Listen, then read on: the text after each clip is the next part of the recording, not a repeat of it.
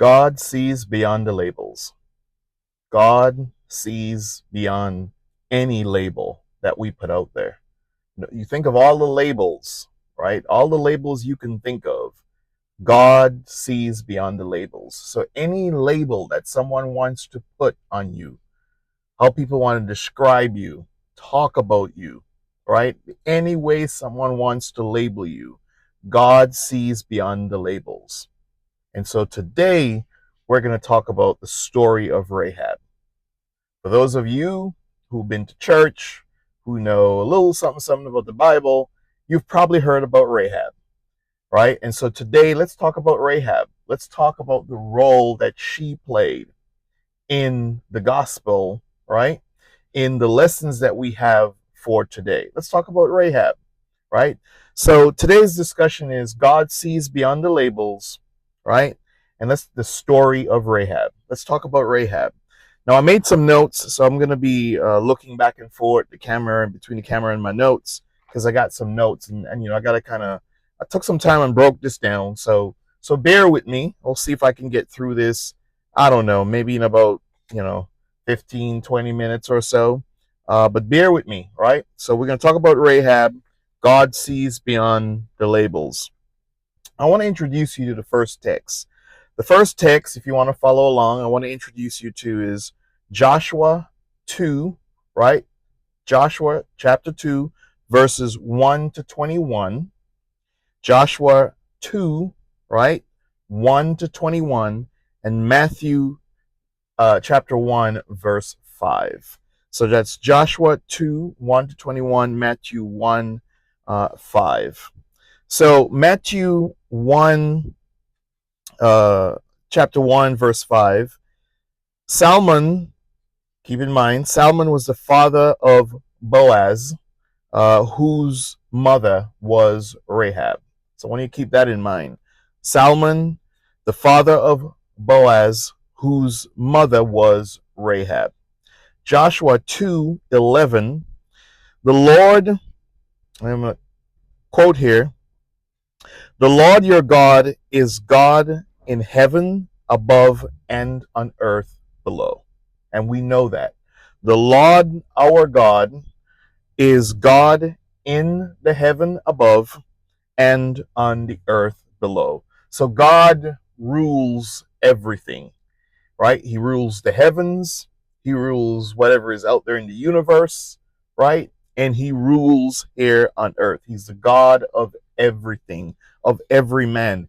Even for those who do not claim God or would believe in God, right?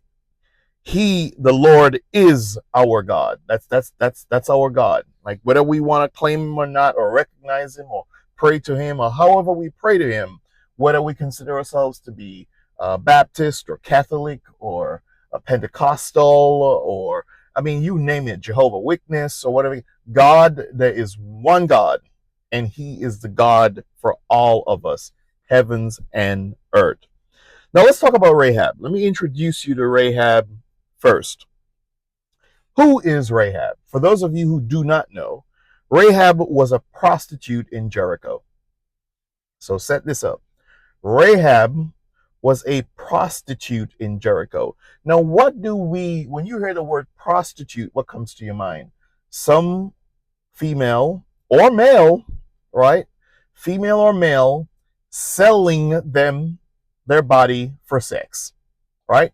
Someone who is exchanging sexual favors, right? So they're not literally selling their body, although that's the term that we would use, but it's someone who is engaging in sexual favors in exchange for money, right? And keep in mind how we look at people who are, remember the label here is prostitute because we talk about labels, right? So Rahab is a prostitute. Well, think about how we talk about prostitutes in society, right? And think about how when you hear the word prostitute, what comes to your mind? When you hear the word prostitute, does God come to your mind? When you hear the word prostitute, you thinking God's hanging out with prostitutes.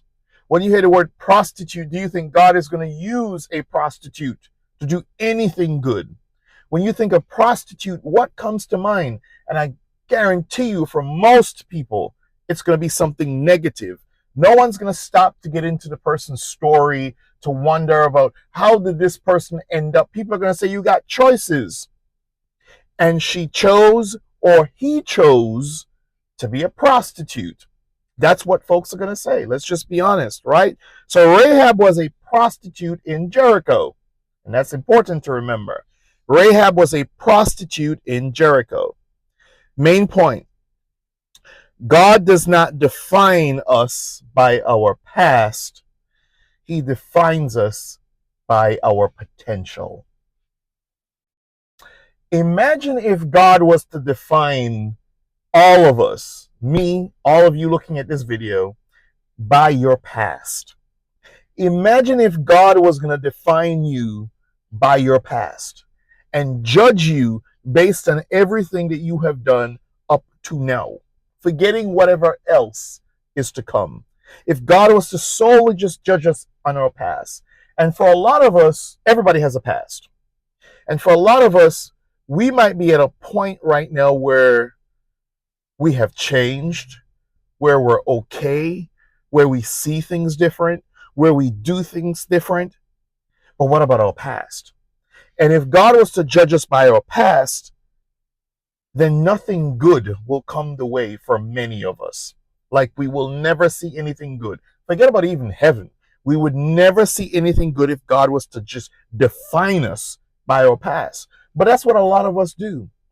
We look at people, we see or hear their story, and we immediately cast that label on them, and we judge them, and we say, this is all that this person can become. We judge them by our past, but God does not do that, and thank God that he does not do that. God defines us and will judge us by our potential. By our potential. Isn't that a wonderful thing? Because we all got potential. Because we've all made mistakes.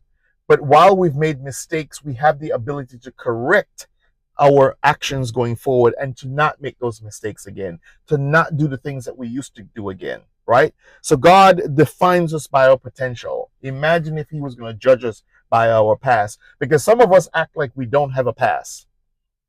We look at people and we judge them and we say, oh, look at how these young girls behaving. Lady, you forget what you used to do? Yeah, look at how these young men are behaving. Dude, bruh, you forget what you used to do?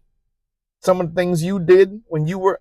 So don't act like you knew. Don't act like you knew. But a lot of us, we act like we're new because maybe we're grown and we have grown past certain things that we've done in our life that we forget where we come from. God says, no, I'm not going to be like man. Thank God that God is not like man. He says, I'm not going to be like man. I'm not going to do that. I'm not going to just look at your past because I realize that you've got potential. Right? Let me move on here. Rahab's label is a flaw. Right? It was seen as a flaw back in those times. And even to this day, if you say somebody's a prostitute, female or male prostitute, that is still looked at as a flaw. So Rahab's label definitely is a flaw. Without a doubt, we're looking at it as a flaw. So Rahab is introduced as a prostitute in Joshua 2, verse 1. Rahab is introduced as a prostitute. We see that clearly. She's introduced as a prostitute. People define you by your worst moment. People will define you by your worst moment. You could be a good person. You could be doing good in your life. You could be whatever, and you have a moment where you just, what we say now, you crash out. You have a moment where you crash out. And that is what a lot of people are going to remember. And that is what they're going to use to define you, right? So people will define you by your worst moment. You got caught doing something. And that label that they're going to put on you, whatever it is you were doing, right? That now is what is going to define you. But they are men. That is men doing that. That is not God.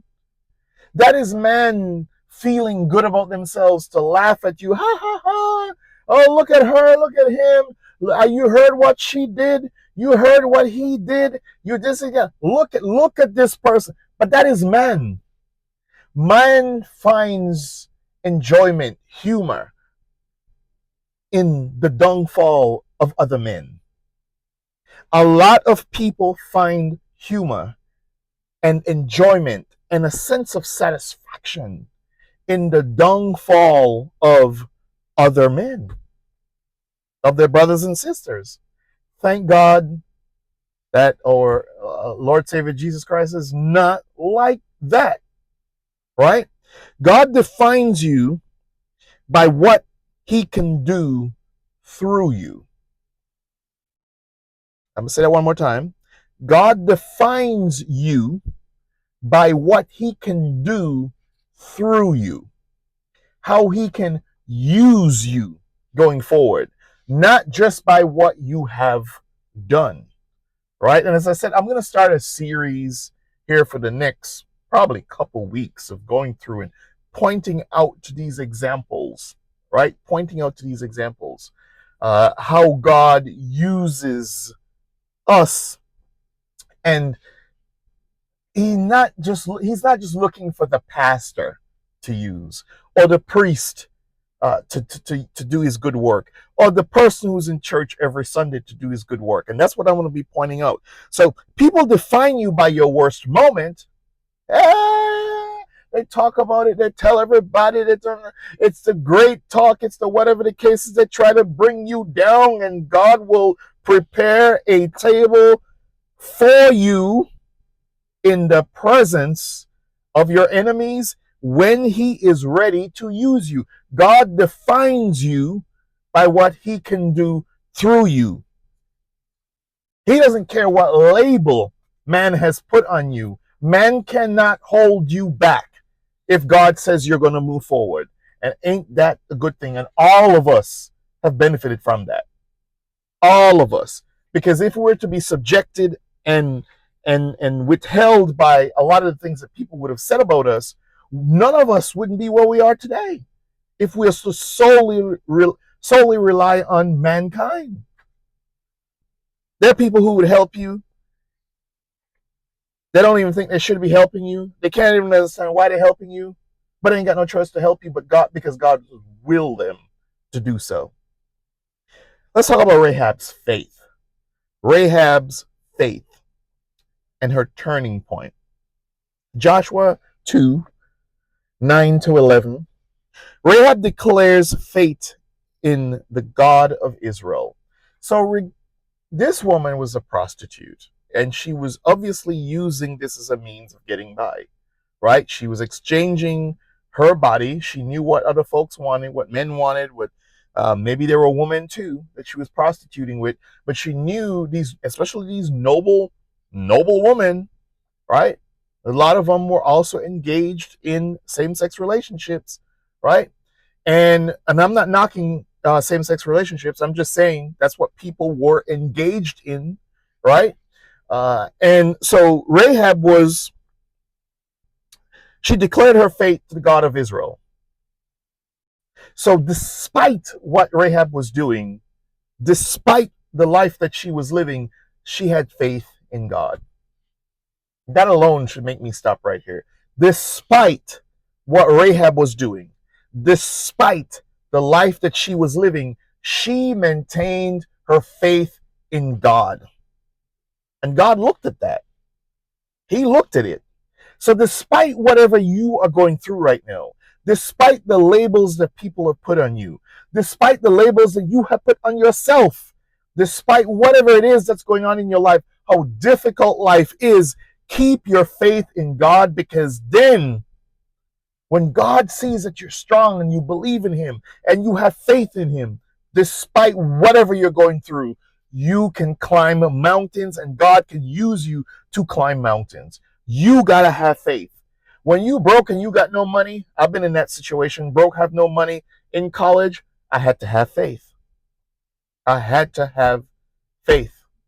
When I came to the U.S., came to the great USA with $200 in my pocket, I had to have faith. I didn't know I would end up with a doctorate degree, starting off with $200, and me just struggling. At one point sleeping on the floor in one of my friend's apartment. At one point, spent a couple nights in my little old car. I didn't always have this fancy thing, right? It's fairly fancy. I didn't always have this that cost a lot of cash. Cash I would have loved to have back then when I was struggling, right? When I was praying, didn't know what I was going to eat, didn't know you're going to pay for school, that sort of stuff. But you got to have faith. And she had faith in the God of Israel. She had faith. And that was the beginning of her turning point. Faith is about who you're willing to trust. Faith is about who you're. Just think about mankind. Who do you have faith in? Who do you trust? Right? I always ask folks if I'm doing like a workshop or I'm teaching or whatever it is I'm doing, and I say, how many friends do you really have? That's how many friends do you really have? How many of you have, I always ask, how many of you have 7 to 10 people that you consider like, they're my friends? And you might see very few hands go up, right? So how many of you have like 4 to 7 people that you might see a couple more hands go up? How many of you only have 1 or 2 people as your friend, and then you see most of the hands go up? Because even in humanity itself, even with mankind, there are only certain people you can trust. Faith is about trust, and there are only a certain number of people you could trust. Ultimately, God is the ultimate person we can trust. But God has also given us the companionship of mankind, right? And so faith is about who you trust. And Rahab, despite what she was going through, despite how she was living her life, she gave her utmost and ultimate faith in God. And you got to keep that in mind, because you're going to see how God's going to use her. She had the utmost faith in God, despite what she was doing, which you got to keep in mind as well. I'm going to keep going on because I don't want to hold you all, right? I'm going to keep going on, trying to do this in, y'all give me 25 minutes. Trying to do this in 25 minutes, right? Let's talk about Rahab's courage and her calling. Let's talk about Rahab's courage and her calling. Now, faith sometimes requires courage. When I moved here, and it was just me. I was like, oh yeah, I'm going to Texas. I'm going to college, and I'm going to all this stuff with $200, and like, I don't know how I'm gonna pay for school, y'all. I don't know how I'm gonna do anything. I don't know. And this was life. I mean, you just say, God, I'm here. God, I am here. So whether it was finding comfort and food through the church, through friends, job opportunities to make a little cash, whatever the case is, like you just studying hard so you can get scholarships. And I got a ton of those. Lots of those really did cover my school, right? Just apply my brain, my blessing, which I think is my brain is my blessing, and use that. But faith requires courage. Faith requires courage, right? And that's a lot of times people say, well, I have faith in God. But then no, you have to have the courage to walk over there to ask for the job. And even if you don't know the job, you have the courage to learn the job. And then a lot of times when people at the job, that person who didn't even want to walk over there in the first place and know they have the job or know they're in the school or whatever the case is, and then they get the degree or then you get promotion, you realize and you say to yourself, well, this was my calling. Well, how would you have been able to walk into and accept your calling if you didn't have courage in the first place, if you didn't have faith in the first place and had the courage to walk out to then say, well, I found my calling? You only find your calling when you have the faith and the courage to move forward. That's the only time that you would get your calling. Because your calling Could be you're going to be a doctor, but you can't stay home and practice medicine on YouTube. You got to go to school. You got to learn it. You got to go through the process. There are things you need to learn to be able to have, to say, this is my calling and look at me. I'm living, right, my dream. Anyway, I promised 25 minutes. Let me keep going because I got to keep going. Rahab risked her life to protect the spies. Those of you who've been in the Bible, you know that. She risked her life to protect those spies. She risked her life to protect the spies. That is what you call having courage. No, she risked her life. Some of us don't even have to risk our life. We just have to risk, am I going to fail or am I not going to fail? All right? I can go sign up for school. There are a lot of you out there right now who are thinking, I don't know if I can make it to college. I don't know if school is for me. I don't know if this job is for me. I don't know if this trade school is for me. I don't know if this is for me. Not even asking you to risk your life. We're asking you to take a chance and bet on yourself. We're not even asking you to risk your life. We're asking you to take a chance and bet on yourself. Have some faith. Have some courage. Walk out of the situation that you're currently in. If you don't like the relationship that you're in, have some faith, have some courage. Get up and walk away and trust that God is going to have somebody else who's going to make you happy. Walk out that job. Okay, apply for another job first before you walk out the job, right? Start applying elsewhere before you walk out the job. Or go to school and get a skill or whatever the case is. Beef up your resume, beef up what your knowledge level, whatever the case, so you don't have to stay in that same situation all the time. And you could move closer to what is your calling, not in a situation where you're not happy. But you got to have faith to do that. So she risked her life. A lot of you don't have to risk your life to change your life. There are a lot of you that do not have to even risk your life to change your life. But anyway, she risked her life to protect the spies. I'm trying to do it in 25 minutes. She saved her family and became part of Jesus's lineage. Matthew 1:5. As a result, she saved her family and became a part of Jesus's lineage. Matthew 1:5. Hebrews 11:31 and James 2:25 commend her faith. Right? Hebrews 11:31 and James 2:25 commends her faith. Talk about how strong she was, how important it was, and the role she played. And if she had not had that faith, the reason why I'm pointing this out too is because there are a lot of you out there. You may be a prostitute. There are a lot of you out there who may be living a life in a way that you feel like people are labeling you, they're putting you down.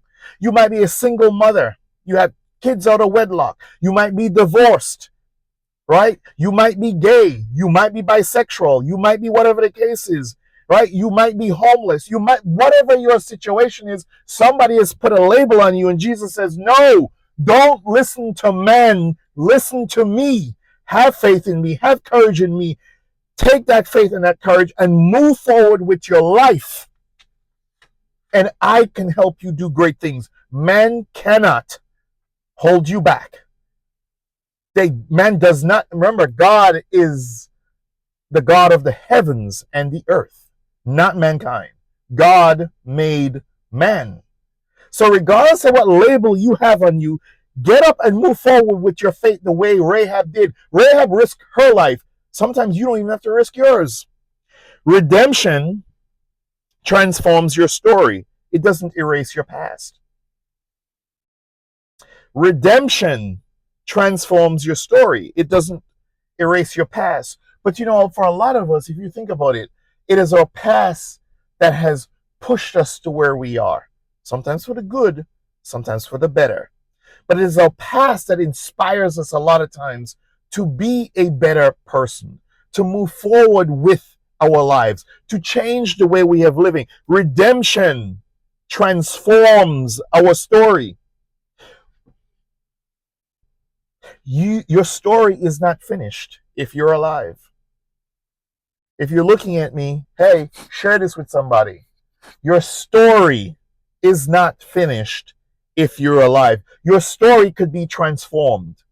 If your story is transformed, it means that your life has been transformed. If your life is transformed, it means that you are probably moving closer to what might be your calling, to what might be your happiness. Redemption transforms your story. Yes, it doesn't change your past, but you cannot live in your past. You cannot let your past prevent you from transforming your story, from moving towards your calling. You can't do that. I'm at 25 minutes, and I told you all 25 minutes. I'll wrap up. So redemption transforms your story. I'm getting close, y'all. Your label is not your legacy. Your label is not your legacy, right? Your label is not your legacy. And let me see how much more. Oh man, I was just getting going too. No, I'm just gonna wrap it up, man. I know people don't like to watch long YouTube videos or whatever the case is, but I'm gonna go, right? I'm going. Your label is not your legacy. I'm gonna make it quick, but I keep going. Your label is not your legacy. Your label is not your legacy. I'm gonna put that in a different video. God honors bold faith, and that's what we saw with Rahab. God honors bold faith, and that's what we saw with Rahab. Your label is not your legacy, and God honors bold faith. And that's what we saw the example of Rahab. Regardless of the fact that she was a prostitute, she believed in the God of Israel. She believed in God. She had courage and she had the willingness to hide those spies. And God honors bold faith because she showed courage. She risked her life. Your faith can save others. Life is not just about who we are and me doing good for myself or whatever the case is, but it's also how we turn around and help others. Pick people up when they're down, not laugh at them. Pick people up when they're down, not laugh at them, right? God's grace brings purpose from brokenness.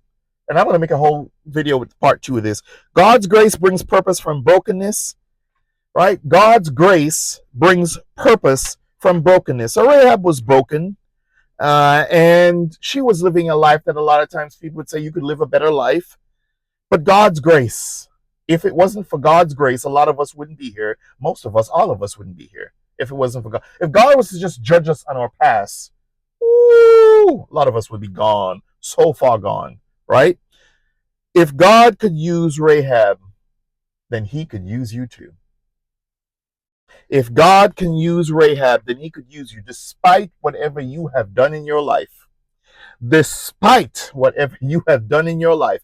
If God can use Rahab, he could use you too. Your past does not disqualify you from your future.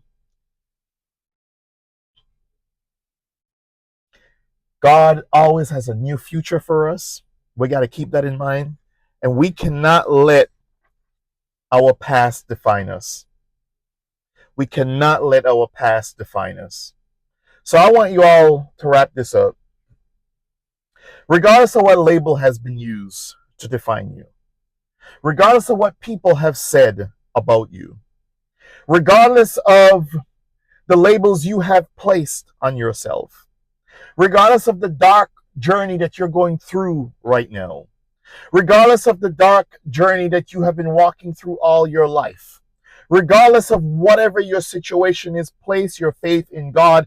Have some courage. Faith without works is dead. You must have courage to do the things that will change your life.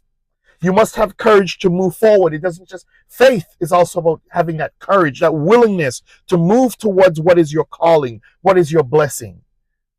You got to have faith, and you cannot let man hold you back. Let the words of man. Remember, there is one God, and he's the God of the heavens, and he's the God of the earth. If you enjoyed this video, don't forget to subscribe, don't forget to share, don't forget to like. I'll go back and elaborate a little bit more on a certain part of this, but I'm going to have a series of these going over the next several weeks. So, hey, please subscribe, as I said, share. Leave your comments, whatever the case is. I appreciate it. I know you could be, looking at all sorts of videos and other people's channels and stuff. So I definitely appreciate you, hanging out with me for 30 minutes. All right. So I'm gonna shut it up here because I think I've talked enough. Until next time, be blessed. Take care of yourself, and I'll see you around.